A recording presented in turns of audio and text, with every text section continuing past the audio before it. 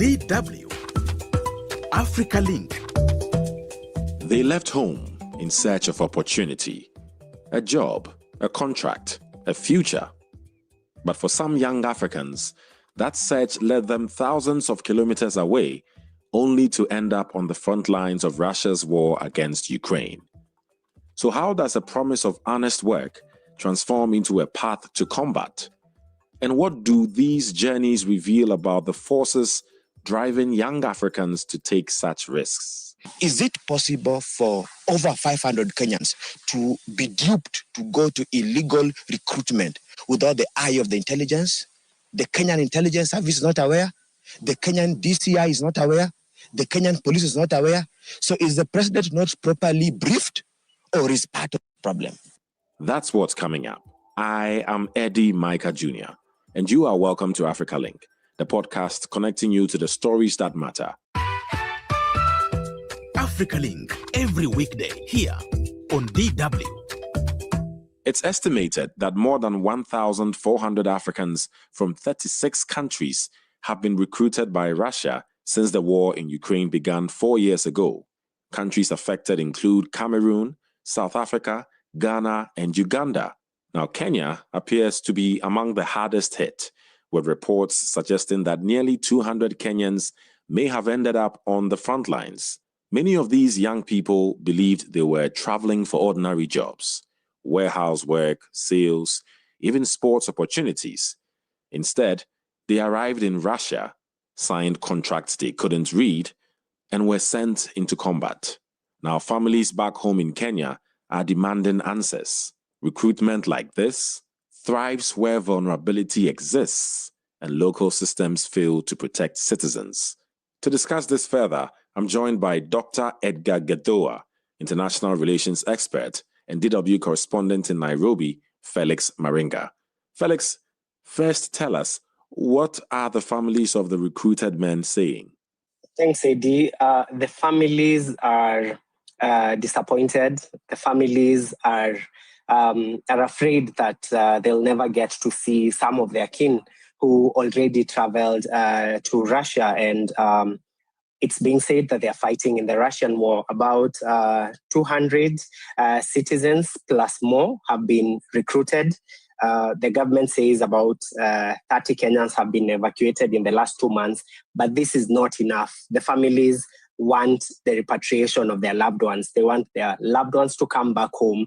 And the families are saying the government has failed in its mandate to protect the citizens, and they want also some of the government officials who have facilitated some of these visa processes, because it is the government that gives visas to Kenyans who want to travel, or rather the government gives passports, and the whole visa process is done in the Russian embassy. But government must know that some of these people are applying for passports afresh and they have the intent to travel. So the families are saying these government officials who helped some of these recruiting agencies to recruit their family members illegally, they need to be held accountable. The families have also been asking for the arrest and prosecution of some of these illegal agencies that have taken advantage of the vulnerable Kenyans and recruited them abroad. Just this morning, I was having a conversation with one of the family members of who lost a brother. For the last 2 weeks, they've been looking for him. He got lost in Russia, and they just learned a few days ago that their brother died, and now he's left behind a 3-year-old and a 9-year-old and a 28-year-old wife. And now the family doesn't even know where to begin. They don't know where to even start when it comes to either repatriating the body of their fallen brother. The mother and the father of this young man are already sick. They are trying to just come to terms with what has happened, that their young man, only aged 32, has now died in Russia. Definitely sounds sad. How have they been in touch to get to know what's happened to their loved ones? So according to the brother, the Kenyans who are in Russia some of them formed WhatsApp groups. So they are keeping tabs on each other. So that's how the information is spreading. And they hear somebody has died, so they post in the WhatsApp group, and that's how the family is able to get information that that their loved one passed on.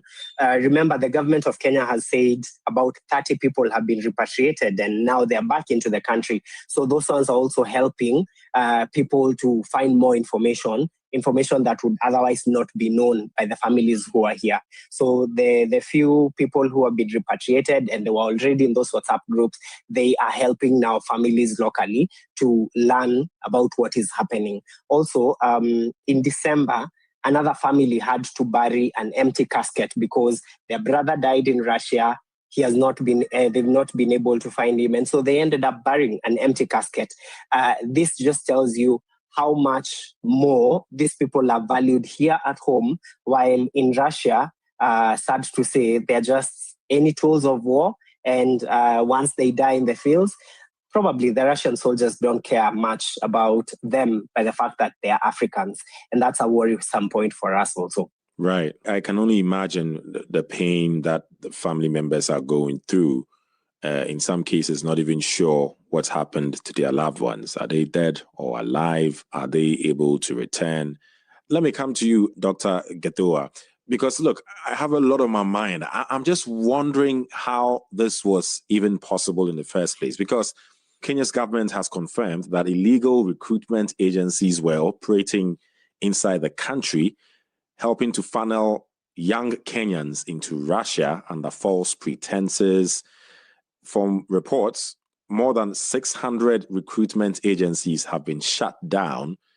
On one hand, kudos to the government for now shutting it down. But how was this allowed to happen in the first place? I think, in my opinion, these recruitment agencies, a good number may have been doing legitimate business and just trying to get valid jobs and get Kenyans who want to go abroad in various countries, to work in various industries, because we have a high rate of unemployment within the country, as is prevalent across Africa. We have a high population of young people under 35 who are highly skilled, well-educated, but the job opportunities are not available. The employment market has a glut, economies are not working very well. So we have this restless labor of a huge population of young people who are looking for opportunities outside. So a huge number of these recruitment agencies may have originally been conducting legitimate business and trying to get legitimate opportunities. But what I think, and I'm just speculating, is that someone from Russia or agencies from Russia, because of the loss of human life in terms of the military, the Russian military has lost close to over 100,000 soldiers. That high attrition rate has exposed the Russian military machine. And hence, I believe either as a state-sponsored mechanism to replenish their ranks, agents were dispatched all over the world. And guess what? Africa becomes a low-hanging fruit because of the vulnerability, the economic vulnerability that the youth in Africa are going through. So these agents, I suspect, may have now approached these legitimate recruitment agencies because they cannot come and start afresh. It is too late and there is urgency in what they want to do. So they would not come and start setting up afresh. Would you call this a foreign recruitment problem or a domestic governance failure that this has happened? Thank you for your question. I think a bit of both. Remember, for any quote-unquote crime to take place, it needs the inducer and the person who is induced. So it takes two to tango, as they say in English. So I have a feeling, to a large extent, maybe the Kenyan government and African governments is just being aware of what is happening within these recruitment agencies. So a governance issue of ensuring that there are periodic checks, strict measures are followed to ensure that, the rule of law is being followed and that the recruitments occurring are for legitimate opportunities. So that is the governance lapse. On the flip side, the foreign agency is quite strong because remember, Russia is desperate to replenish its ranks. So it is not only in Kenya, it is across Africa, it's in many places. It's as far as Nepal, Asia, Latin America. There are Mexicans who've been seen there as well. So it is a worldwide campaign to just get as many recruits to come and fill up these diminishing ranks within their ranks. Are we talking about private agents, state-linked groups, criminal networks that somehow got involved in these recruitment networks? Yeah, thanks for your question. I think it's a mixture of everything that you have mentioned, because they are legitimate. They are young people who legitimately got offers, went through the process, got their visas processed, and they left knowing I have gone to do something legitimate in Russia.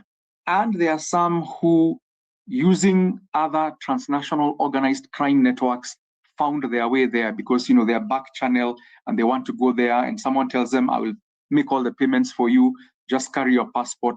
I will not even be surprised if there are some who are there and they do not have any documentation at all, and we will never get to know about them and hear about them.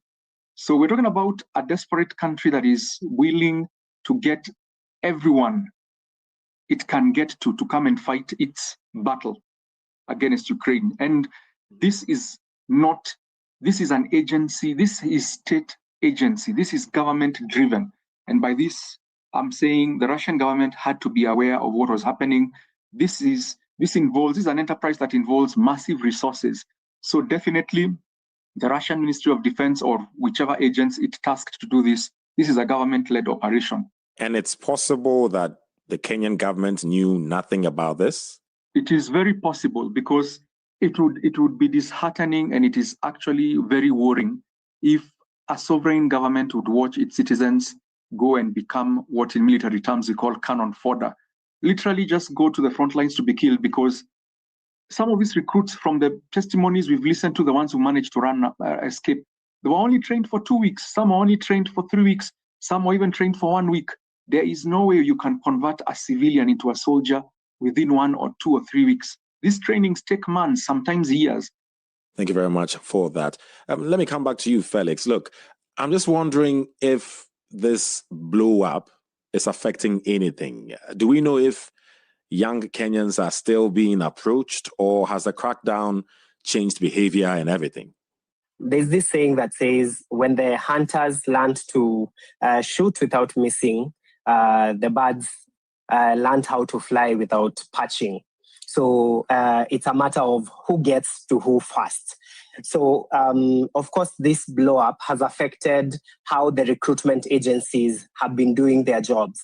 In September of 2025, a recruitment agency here in Nairobi, 2 of the guys who were recruiting people to go fight in Russia, they were arrested and taken to the anti-terror police unit. They were also charged with illegal recruitment of people to go fight in a foreign nation.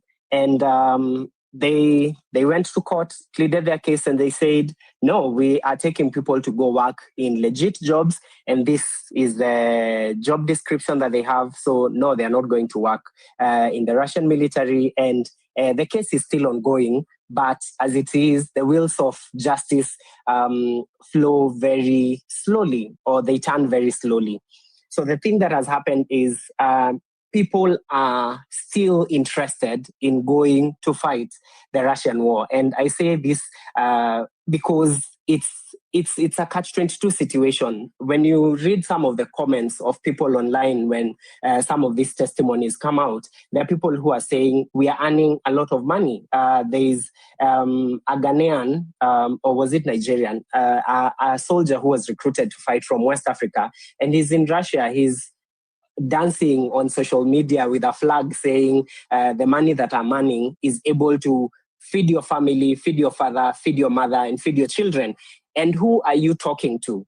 Coming back to Kenya, the average wage, the minimum wage per household is about $100 to $145, while these people are being promised to be given $1,000 to $3,000 on a monthly basis. There's no competition there. There is no competition, because if you do your mathematics, somebody who's earning $145, who's offered $1,000, it means that for 1 month of work in Russia, this person could have worked in 10 months in their home country. And so there's no competition. You can't compete with that. And worse, if this person is offered the $3,000 that they are being promised, that's about 30 months of their work, approximately 2.8 years of their work. They're just being paid in 1 month. So you cannot compete with that. So what are people doing? People are still expressing interest. And what these agencies are now doing, they are trying to navigate in such a way that they try to circumvent the legal processes, circumvent the recruitment processes in such a way that they are now not taking the people directly. They are trying as much as possible to find other means. Probably if the recruits can land in a different country, and then now they are transported by road.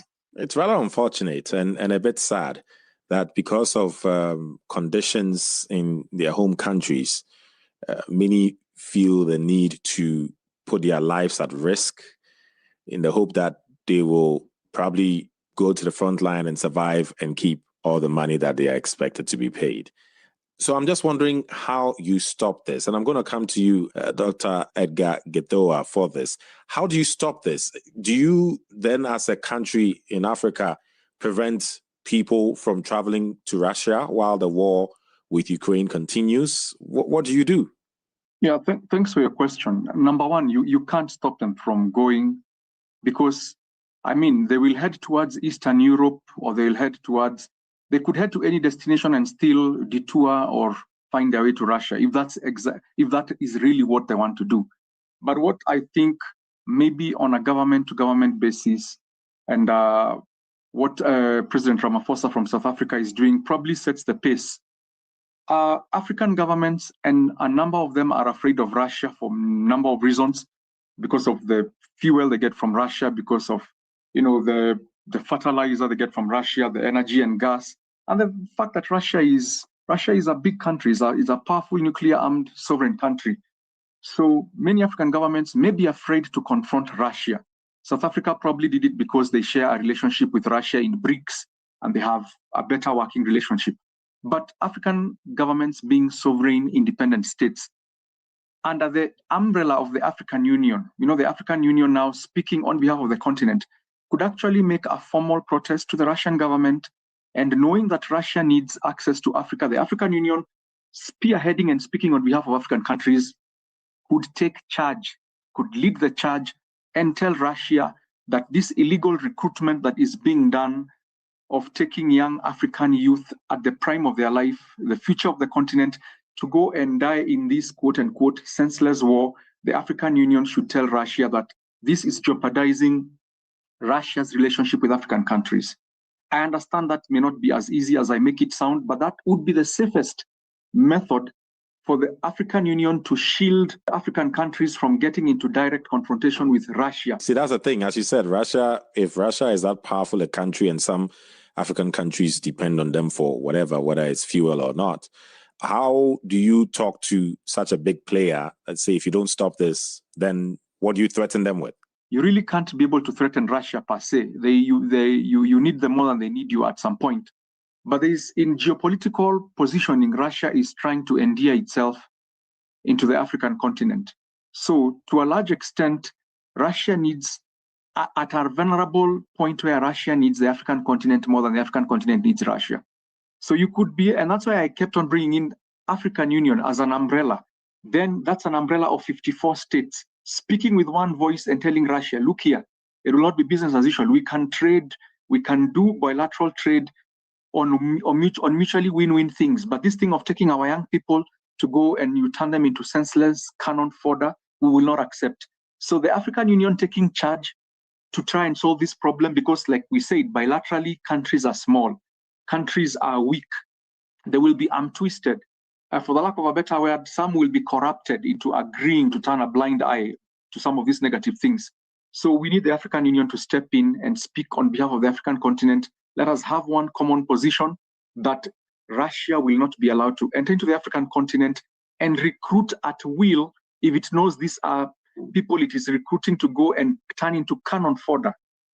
Thank you very much, Dr. Edgar Githua. Final words from you, Felix Maringa. What's the way forward? What's your government prepared to do to end this? Thank you so much. The Kenyan Foreign Minister, Musalia Mudavadi, while acknowledging that there have been a lot of people that have gone to fight in the Russian war, has said he's planning a trip to Moscow. He's not given the dates as to when he will go, so that the Kenyan government can officially ask Moscow to stop recruiting Kenyans to go fight in their war. But even then, the government has also warned Kenyans not to trust informal recruiters, not to just get into recruitment agencies and not to get recruited for jobs that they have little knowledge about. But I feel there are things that the government can do to ensure that this does not continue. And my suggestion will be that any person who's leaving the exit points of Kenya, which is the Jomo Kenyatta International Airport, Mombasa International Airport, when these people are leaving to the Russian countries, the government needs to do a little more checks on what exactly is this person going to do. Do they even know what they are being recruited to go do? Then secondly, I think it's more of a public awareness item where people do not need to now trust social media posts, because most of the people, even on social media, are still saying, these jobs look very lucrative. These jobs look like they're fun to do. These jobs, they may not pose as much risk as people are saying, but people are looking at the money factor. And truth is, people are vulnerable because they do not have these finances. The economy is not doing any better to instill confidence in the young people that they will get jobs locally. So they're trying that. So governments in Africa could do more by trying to create employment and also dissuading people from knowing that the American dream or the dream to go work abroad is the only place that they can make it. They can also make it home. And when you go to West Africa, when you go to East Africa, a lot of good innovations and inventions have been accepted globally, right, and they come from people who are home. Very well said, Felix Maringa. Dr. Edgar Githua, International Relations, Diplomacy and Security Analyst, and DW correspondent Felix Maringa in Nairobi, Kenya. Thanks to both of you for sharing your insights with us. Thank you. Okay, thank you. Thank you. Get the stories that are shaping the continent here on Africa Link. Survivors describe receiving little to no training and being pushed into extremely dangerous assaults as expendable foot soldiers. Reports indicate that many foreign recruits lose their lives on their very first mission. Wherever this message you get, kindly the president of this nation, the cabinet minister in charge of foreign affairs, make haste, because this is a matter of national interest. Many parents are really suffering. The last time we spoke with him was 24th November, and he told us that they were going to the front line, where there was no network and they could not go with phones. He asked us to pray for him. We are pleading if we could have our kids returned. Those who have died have a right to be buried, and for those still alive, they have a right to come back home safely and stay away from danger. Is it possible for over 500 Kenyans to be duped to go to illegal recruitment without the eye of the intelligence? The Kenyan intelligence service is not aware. The Kenyan DCI is not aware. The Kenyan police is not aware. So is the president not properly briefed, or is part of the problem? African governments must do more to protect their citizens and provide for their basic needs. There's also a psychological toll, right? Because when communities see their youth choosing war abroad over work at home, what does that say about domestic opportunities? This should be a wake-up call, not just to stop illegal recruitment, but to address the desperation driving these choices. Share your thoughts with us on Facebook at DW Africa. Listen on Spotify or wherever you get your podcasts, and subscribe to our DW Africa YouTube channel so you never miss an episode. This show was co-produced and edited by Isaac Mugabi with assistance from Isaac Kaleji. And I am Eddy Micah Jr. Thanks for listening.